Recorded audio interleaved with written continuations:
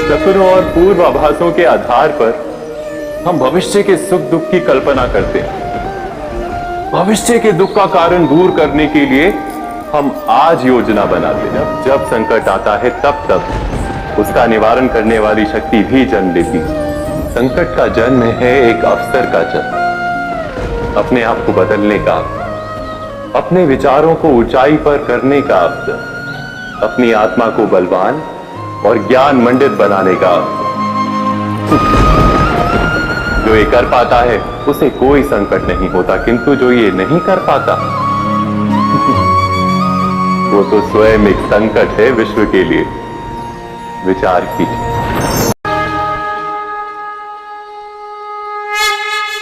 सबके जीवन में ऐसा प्रसंग अवश्य आता है कि सत्य कहने का निश्चय होता है हृदय में, किंतु मुख से सत्य निकल नहीं पाता। कदाचित किसी दूसरे की भावनाओं का विचार आता है मन, दूसरे को दुख होगा ये भय भी शब्दों को रोकता है। तो ये सत्य क्या है? जब भय रहते हुए भी कोई तथ्य बोलता है तो वो सत्य कहलाता है। वास्तव में सत्य कुछ और नहीं, केवल निर्भयता का दूसरा नाम है। और निर्भय होने का कोई समय नहीं होता, क्योंकि निर्भयता आत्मा का स्वभाव है। क्या प्रत्येक क्षण सत्य बोलने का क्षण नहीं होता? स्वयं विचार कीजिए।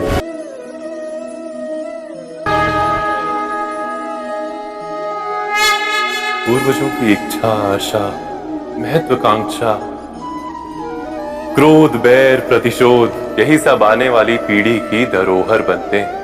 आपने अपनी संतानों को क्या दिया आज तक?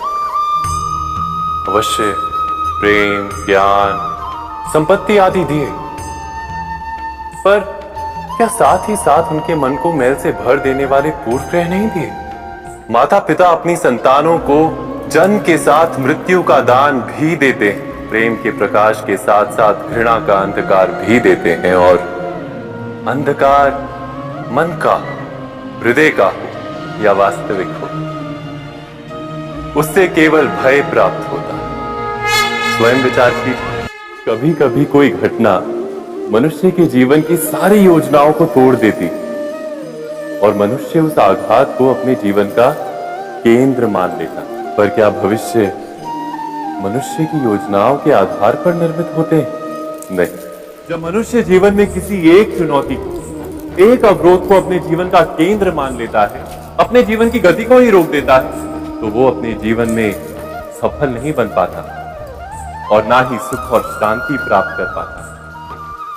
अर्थात जीवन को अपने योग्य बनाने के बदले स्वयं अपने को जीवन के योग्य बनाना ही सफलता और सुख का एकमात्र मार्ग नहीं। स्वयं विचार। सबके जीवन में ऐसा प्रसंग अवश्य आता है कि सत्य कहने का निश्चय होता है हृदय में, किंतु मुख से सत्य निकल नहीं पाता। कदाचित किसी दूसरे की भावनाओं का विचार आता है मन, दूसरे को दुख होगा ये भय भी शब्दों को रोकता है। तो ये सत्य क्या है? जब भय रहते हुए भी कोई तथ्य बोलता है तो वो सत्य कहलाता है।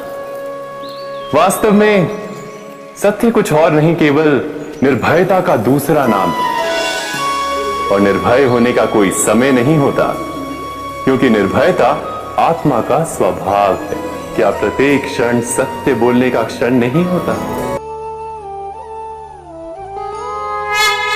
जब किसी व्यक्ति को किसी घटना में अन्याय का अनुभव होता है तो वो घटना उसके अंतर को झकझोर देती। अन्याय करने वाले को अपने कार्य पर पश्चाताप हो और अन्याय भुगतने वाले के मन में फिर से विश्वास जगे समाज के प्रति। इतना ही अर्थ है ना न्याय का। किंतु जिसके हृदय में धर्म नहीं होता वो न्याय को छोड़कर बैर और प्रतिशोध को अपनाता है, और इस मार्ग पर चलते अन्याय को भुगतने वाला स्वयं अन्याय करने लगता है।